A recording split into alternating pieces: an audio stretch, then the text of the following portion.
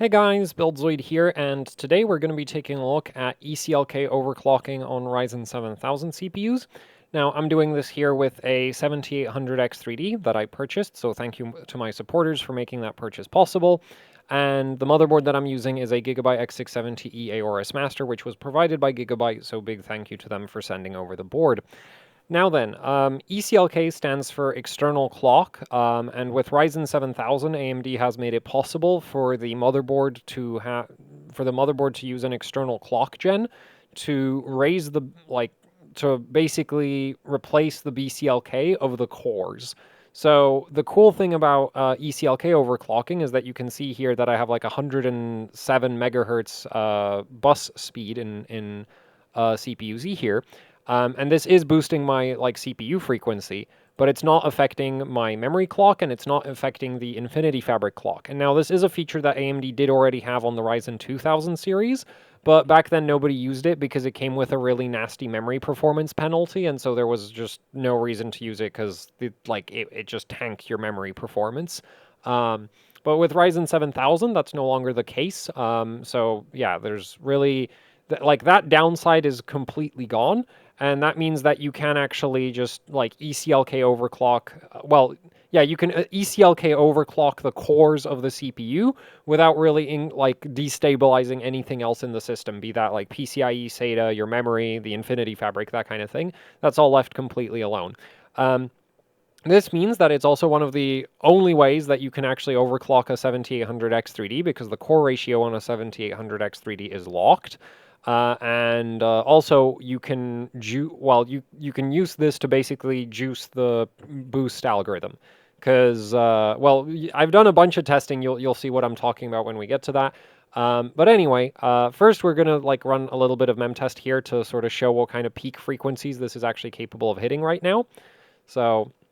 And a memtest is just sort of the most convenient way I've found of getting the CPU to boost fully because memtest is a very memory intensive workload, and so the CPU thinks it's doing something, so it boosts, but it's not actually doing very much because it's constantly stalled out on memory access. So we have a ton of thermal and voltage and power headroom, and so the CPU hits those very high boost clocks. So as you can see, the 7800X3D with the way I have it set up right now is peaking at 5.3 gigahertz. Which is significantly above, well, I say significantly, which is more than you would get if you, it's more frequency than you get on a stock 7800X3D, and it's also more frequency than you're going to get with, say, Curve Optimizer and Precision Boost Overdrive. Though I am doing PBO on top of the ECLK overclock because we'll get to that when we go into the BIOS, because technically you can just ECLK overclock without touching PBO, but eventually you run into instability. You can't go up to around 105. You can pretty much get away, 105 ECLK, you can get away with not really touching anything. But once you want to go past 105, yeah, you need to start doing things to PBO to maintain stability. Anyway, so we're going to stop memtest here because the thing that I've really dialed in this ECLK overclock for is all-core Cinebench. Well, all-core workloads is what I've dialed it in for right now. So we're just going to quickly run Cinebench R20. If you wonder why I like Cinebench R20 more than R23, it's because R20 has a bunch of AVX instructions in it, so it can catch on certain issues that you won't necessarily run into with R20. R23. Also, R20 has competitive rankings on HardwareBot, R23 doesn't. And in terms of the actual render, it's the same thing.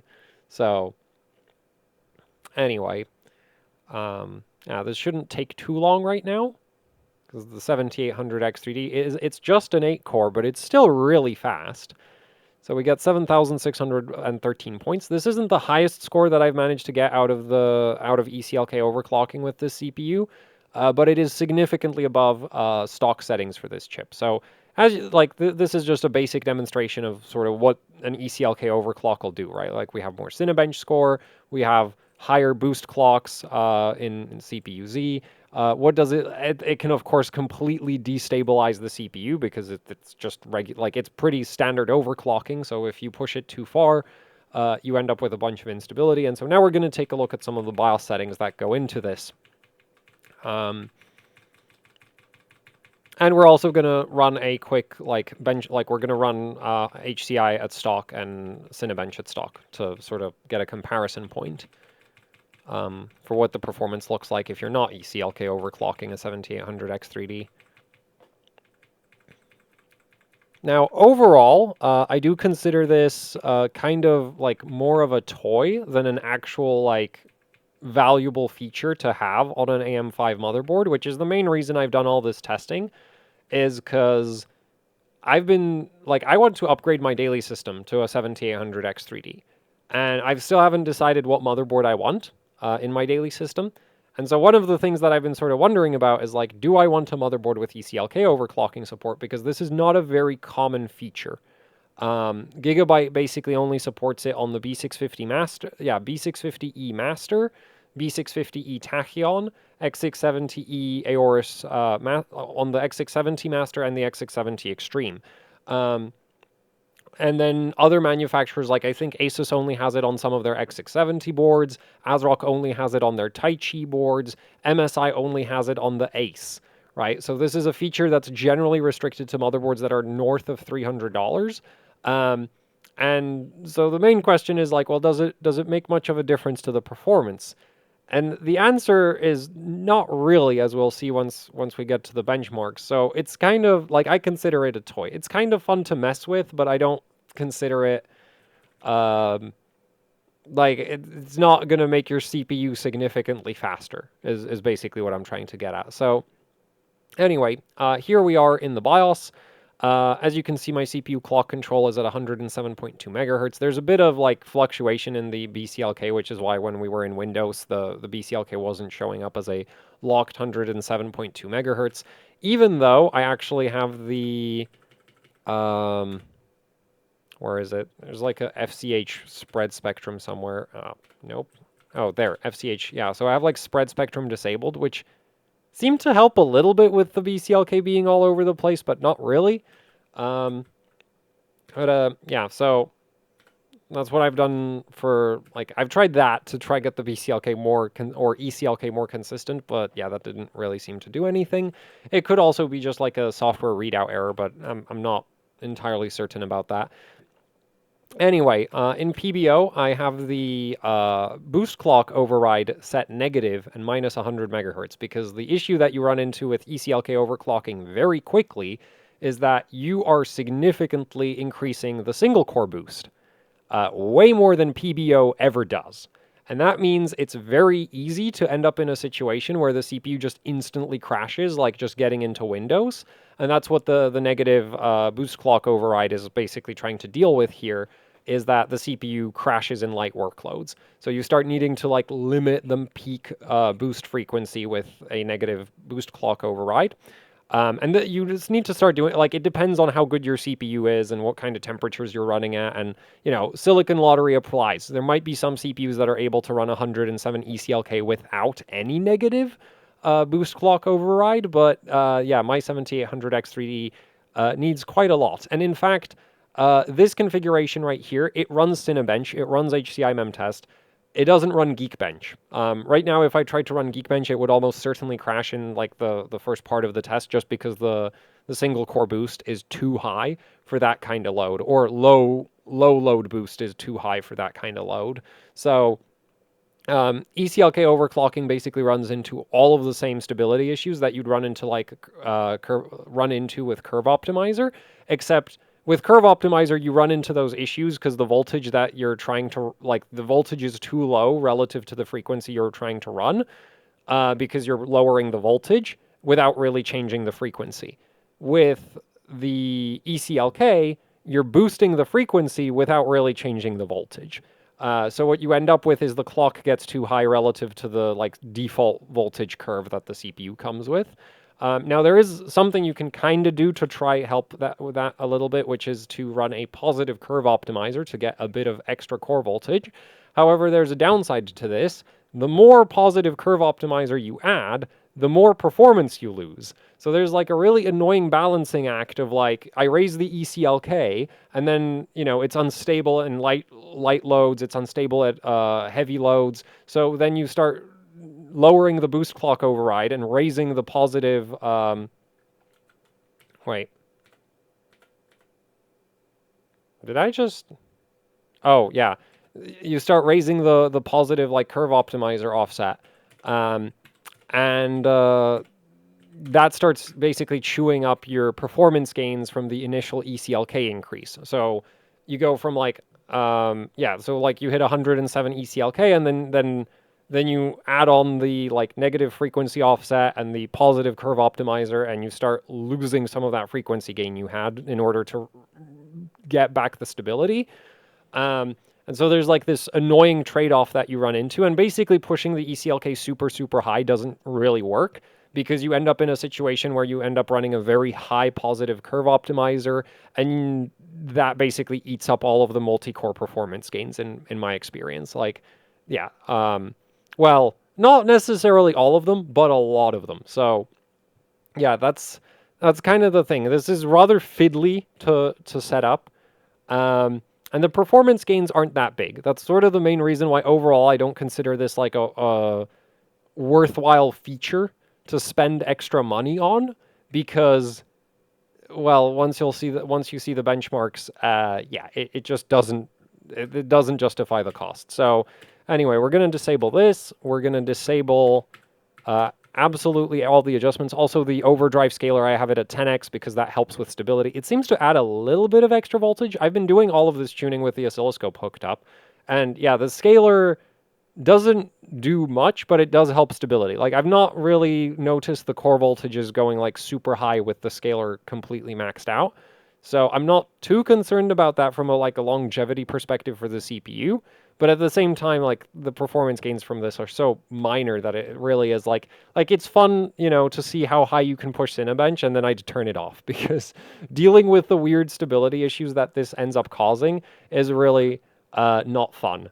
It's basically the same as like trying to push curve optimizer to its limits, where you just start having to deal with like, oh, it's not stable in single core, like, because it's not just like, oh, it's not stable for single core. It's like not stable for light single core or heavy single core or medium single core, right? Because the AMD boost algorithm is so adaptive that it will change the frequency and operating voltage based on, you know, like each individual workload. It's not just how many cores are loaded. It's how many cores are loaded and how hard are they loaded. So because of that, this like curve optimizer is kind of a pain to tune. ECLK is equally a pain to tune. Not really a fan. Though between the two of them, ECLK does actually make a bigger performance improvement, just because we are forcing the frequency higher instead of... With curve optimizer, you lower the voltage and you kind of hope that the CPU will just boost more on its own. A lot of the time it kind of doesn't. Whereas with ECLK, you force the CPU to boost higher, and then you need to fix all of the stability problems that creates, which is why you end up with like the negative frequency offset, the positive curve optimizer, you know, that kind of thing. So anyway, we're just going to drop the BCLK back down to stock. Also, with the Gigabyte motherboards, this async CPU PCIe clock enable thing, you have to enable this with the whole system stock. If you try to enable this with a memory overclock, the motherboard just gets stuck. I don't know why, but it just does. So yeah, this has been quite frustrating, because anytime I've had to clear the CMOS, it's like you need to, like, you clear CMOS, then you enable the async CPU PCIe clock control, and then you can go tune things. Because if you try to turn this on at the same time as a bunch of other adjustments, it just doesn't work for some reason. So anyway, we're going to keep it enabled, because if I set the ECLK back down to 100, it's not going to affect anything.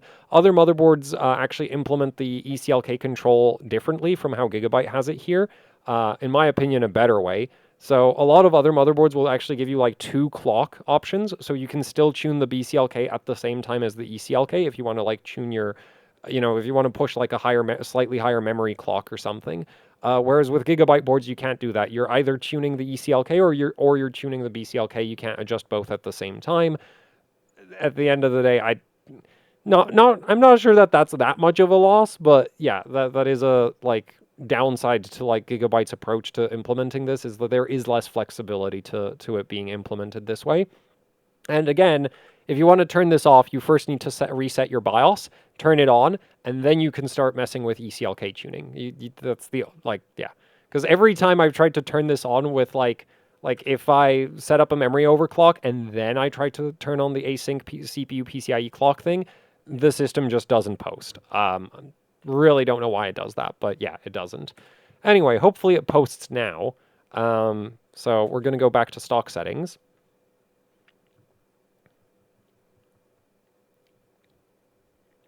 And we're just going to run a quick Cinebench to show you, also a quick HCI just to show you what kind of clocks the 7800X3D runs at, usually without, without the ECLK overclock, and what kind of Cinebench score it usually gets.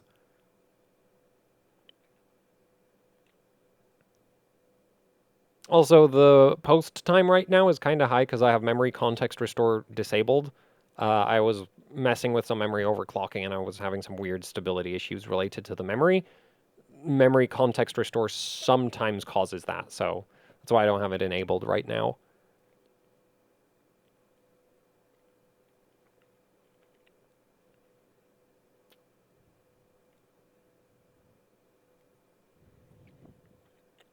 Anyway, so we're going to start with just HCI mem test, just to show what kind of boost clocks the 7800X3D normally runs at.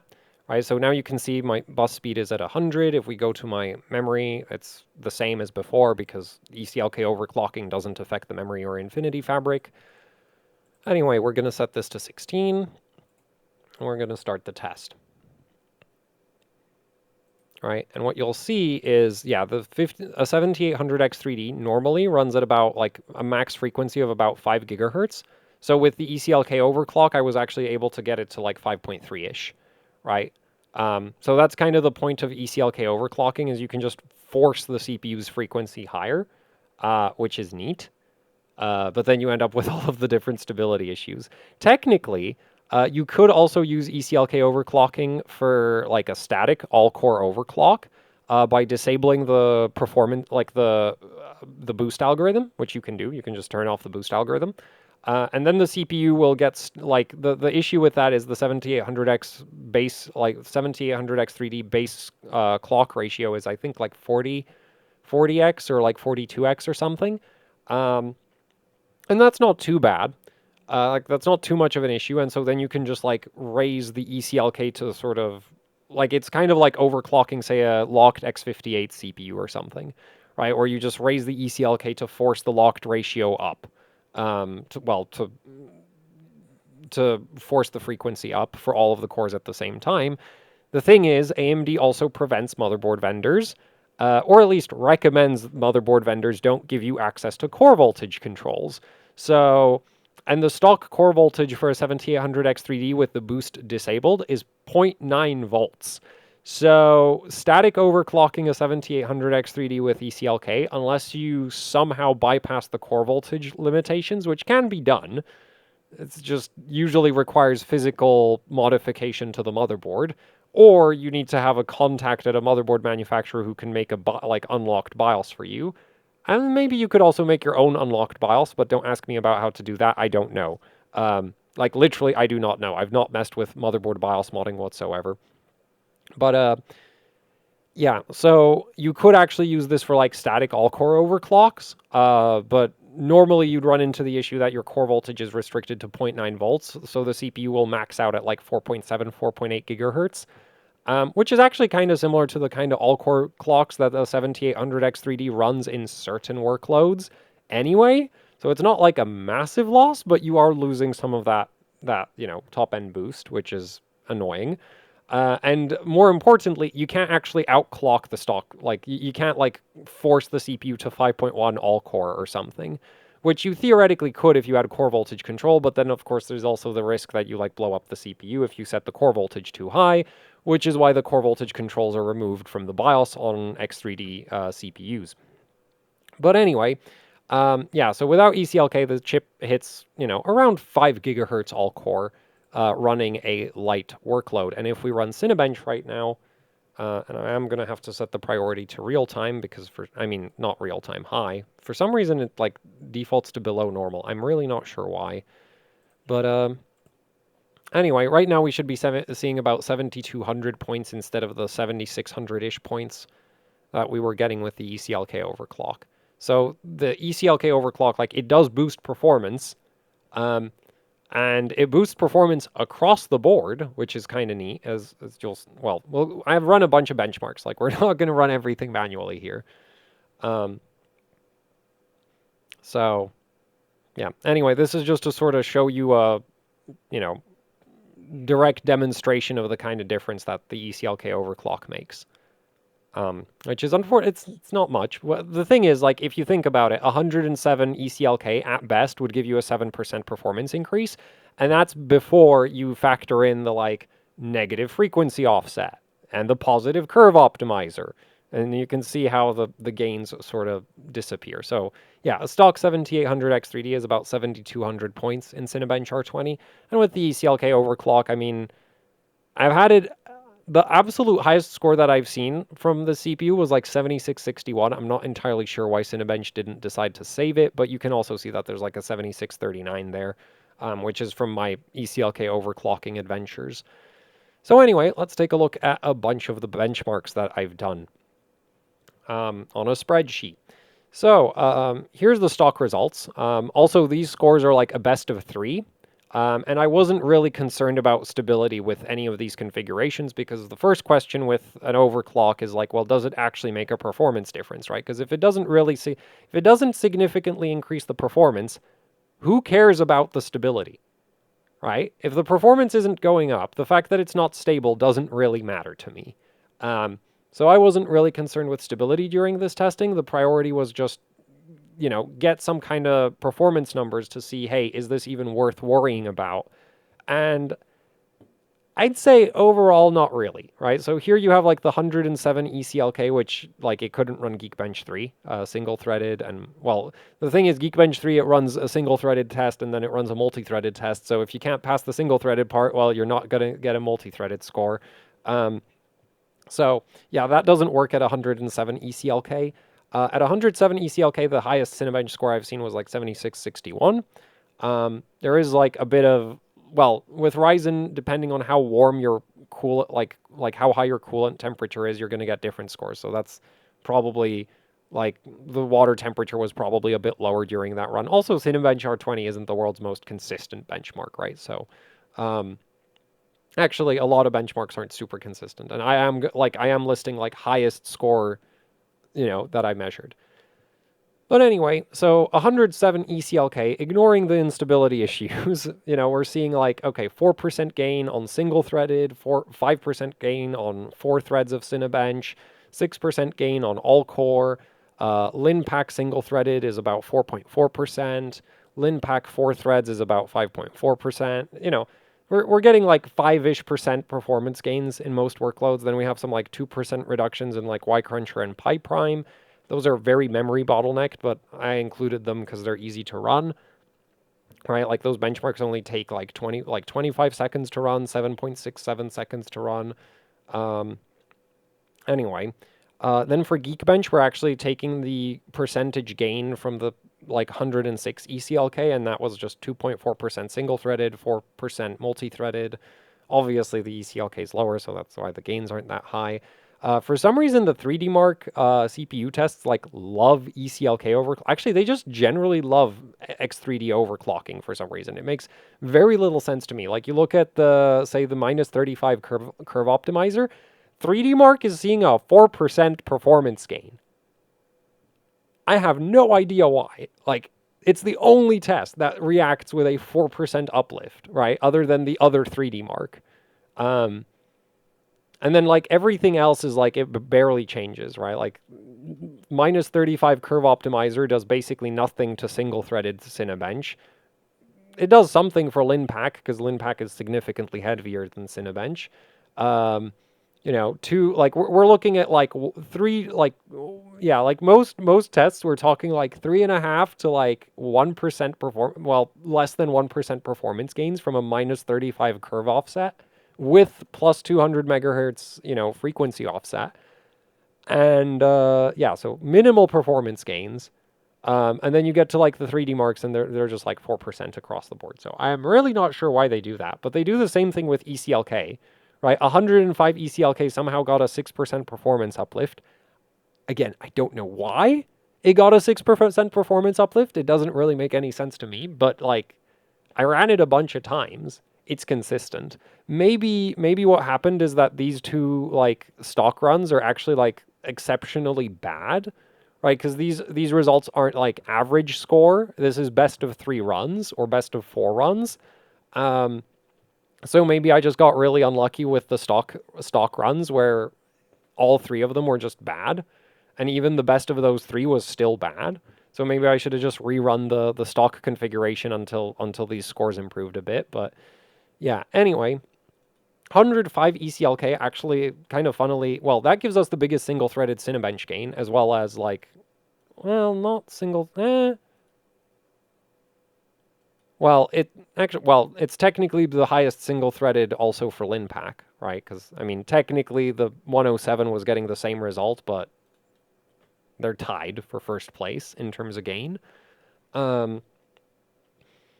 Then for multi-core Linpack, there's actually an advantage with a 107, but of course the 107 was very unstable, right? Whereas this was actually able to run Geekbench. Actually, here we see the biggest single-threaded Geekbench gain, right? That's like 3% single-threaded for Geekbench from 105 ECLK. But the main point I'm trying to make with this spreadsheet is that all of these performance gains are within the territory of like somebody reset my BIOS, I would not be able to tell the difference. Right? Like, unless you actually, like, these are all performance gains where it's like, yeah, I can run a benchmark to measure this difference. I don't think I could perceive this difference. Right? Because we're talking like, and this is like one of the best, well, so 105 ECLK is like the best for single-threaded. 107 is, well, debatably the best for multi-threaded, right? I mean, it has the highest Cinebench, it has the highest multi-core Linpack, it has the quickest Y-cruncher. So yeah, you can say that 107 is like the best multi-threaded configuration that I've managed to run. Also the highest 3D mark, yeah, like 3D marks like Time Spy and Fire Strike, highest scores. So, like, yeah, so you could argue, like, okay, this is the, like, 107 ECLK is the best for multi-threaded, 105 is the best for single-threaded, then you get to Curve Optimizer, which is just kind of, like, not really doing a whole lot, and even these, like, 105 ECLK is also not really, like, it's like 5%, like, it's like, I wouldn't, the thing is, like, you can get a very good AM5 motherboard for $200. Now, if you want a very good AM5 motherboard with ECLK support, that's $350, right? That's like almost double the price. Or maybe if you find one on a discount, you might be able to get ECLK support at like $300, but that's still like a 50% like price increase on your motherboard for like a 5% increase in performance. And that's ignoring the fact that I'm not entirely certain that this is completely stable, right? So that's, yeah, so the whole ECLK overclocking is like, it's a fun toy, right? I won't deny that. It's kind of fun to, like, you know, see how far you can push Cinebench with ECLK on a 7800X 3D. I don't think I would ever bother dailying this.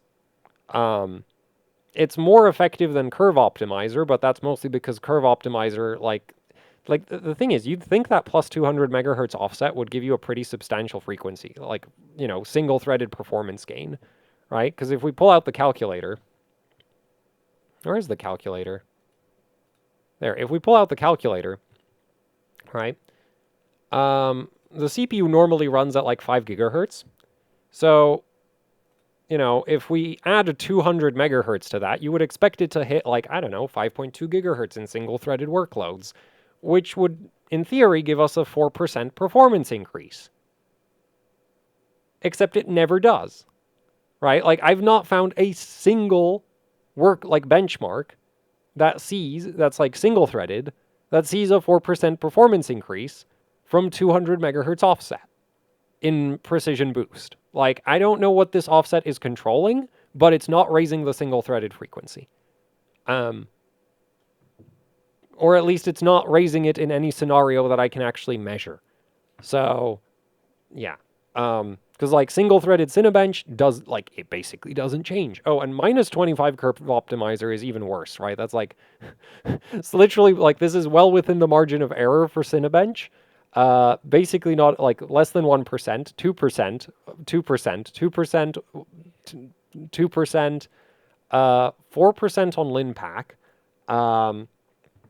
Then we have 2%, less like not even like closer to 0 than 1%, 1%, 2%, 2%, 2%, 3%. Right? So this is like, yeah, if somebody like this is well into the territory of like I don't know why I would bother with that. Now, this, it is starting to give us some performance improvements that are almost significant. Almost. Just one issue, the stability goes to hell. Which is, like similar with the yeah, I'd say it's kind of similar with the ECLK. Like 105, I didn't stress test this. The fact that it just didn't crash in all of the workloads I ran here doesn't mean it's actually fully stable, you know? So that's kind of the thing. But the thing that I do like about the ECLK overclock is like, well, at least it's pretty consistently 4%, right? It's certainly more, like, it's more effective. It's just not much more effective. So yeah, that's ECLK overclocking on Ryzen 7000. Like, it's a thing you can do if you have if you have one of a few very expensive motherboards. This is something you can mess with. It can provide negligible performance increases at the cost of stability, which, I mean, it's overclocking. So what else did you think it would do? Like, if there was a bunch of free, like, okay, to be fair, back in the day, and when I say back in the day, I mean like 10 years ago, it was pretty normal for CPU manufacturers to ship CPUs with like a gigahertz of headroom, right? Like, you'd get a CPU that has an all-core clock of like 3.3, and it could hit like 4.3. That wasn't that rare. But these days, CPUs come redlined from the factory. There is no, there's no headroom. And the reason we can like increase the, ECLK up to 105% is because there is a safety margin, right? That's also why Curve Optimizer works, is like the way you can sort of think about ECLK versus Curve Optimizer is like, so AMD will ship you a CPU with a safety margin on the core voltage, right? And with Curve Optimizer, you can reduce that safety margin by lowering the voltage, right? Because AMD will give you, say, I don't know, like 50 millivolts extra V-core. So you can remove that safety margin, and because the CPU is running a bit cooler, it'll boost more. Sometimes, and sometimes it won't really boost more at all. So with Curve Optimizer, you're basically removing the extra voltage by just removing it with the negative curve offset, right? Whereas with ECLK overclocking, you're like spending that safety margin to get extra frequency, right? And once you go past and so basically it looks like the safety margin from AMD is like 5%, based on my experience with this 7800X3D. Maybe there are some 7800X3Ds that have like a 7% safety margin, and you could run 107 ECLK without having to touch, like, you wouldn't need the positive curve offset and the negative frequency offset, and that could maybe perform really well, right? Because you can sort of see it here where it's like 105 ECLK gives us basically a 5% increase in Cinebench all-core and a 5% increase in Linpack 4 threads. And at 107 ECLK, right, you'd be expecting like basically a 7% uplift, but we only get 6. And then we only get 5. And then we only get 5, right? Like, we're not getting that full 7% increase that you would expect from a 7% increase in ECLK, because negative frequency offset, positive curve optimizer. So those start chewing up some of that gain. Well, basically you can sort of think of the positive curve optimizer as adding extra voltage headroom back in, right? Like, we spent all of the safety margin using the ECLK, and now we're adding safety margin back in with a positive curve optimizer. But in the process, we're losing frequency. So, yeah. Though for some reason, 3D Mark seems to absolutely love ECLK overclocking. I'm really not sure why. Well, 3D Mark 11 doesn't really seem to love it as much, right? Like, that seems pretty in line with a lot of the other multi-threaded benchmarks. But yeah, like, TimeSpy and Firestrike seem to absolutely love ECLK overclocking, and also Curve Optimizer for that matter, like also seeing like 4% gains. But yeah. So anyway, yeah, that's ECLK overclocking on the 7800X3D, as well as curve optimizer for that matter. And like, if you want to mess with this and spend hours and hours stress testing for 5% performance gains, it's your computer. I'm not going to stop you. But like, for my personal perspective of like, I want to upgrade my daily system to a 7800X3D. My current judgment on curve optimizer and ECLK is that I don't care, like, at all, because they don't do anything, right? They just don't make a difference. So, yeah, like, when I upgrade to the 7800X3D, I really don't care if it's 2% slower than it could be, or like 5% slower than it could be, because that's like, for certain benchmarks and certain workloads, that's like almost within the margin of error. Um, so yeah, and like, this can get very time intensive because, like I said, like, even with ECLK, like, you need to check single thread. Like, you know, the amount of load scenarios that you suddenly need to stress test just gets ridiculous. Um, and I personally don't want to deal with that, you know. And I've dailied an overclocked system for as long as I've had a desktop PC. The 7800X3D is going to be the first CPU that I am not going to bother overclocking in my daily system because I don't see the point. Like, I just don't see it. Um, so yeah, it's a fun toy though. Like, I don't mind the fact that, like, you know, on high-end overclocking focused motherboards you can mess with ECLK, and um, it's kind of fun. Um, but it's not really that useful, right? Like, I really don't think this is particularly practical. At the same time, I hope this isn't a feature that, like, AMD will remove in the future. Like, I hope we still have this on Ryzen 8000, because, like, sure, it doesn't really add anything of significant value, but it's neat. So, yeah. Then again, if they did remove it, I don't think I'd miss it that much. It's just, yeah. But, you know, yeah. So, anyway, that's my thoughts and results for ECLK overclocking. The Ryzen 7000 series. Like, technically, you don't have to do this with a 7800X3D. You can also do this with a 7950X. It's actually a pretty good way of getting a 7950X to show like a 6 gigahertz boost clock, is to just use ECLK.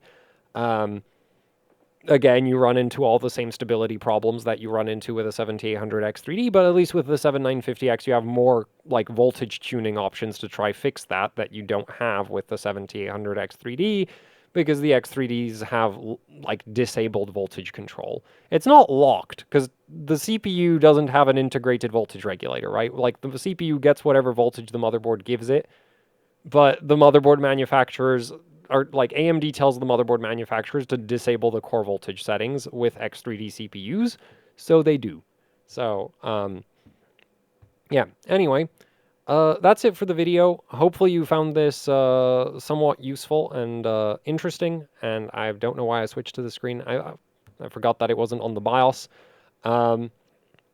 So, yeah, thank you for watching. Like, share, subscribe, leave any comments, questions, suggestions down in the comment section below. If you'd like to support what I do here with actually hardcore overclocking, I have a Patreon. There's a link to that down in the description below. There's also the AHOC Teespring store where you can pick up shirts, hoodies, posters, you know, the usual YouTuber merch. And I've also got a Bandcamp. There's a link to that down in the description below as well. And yeah, that's it for the video. So thank you for watching, and goodbye.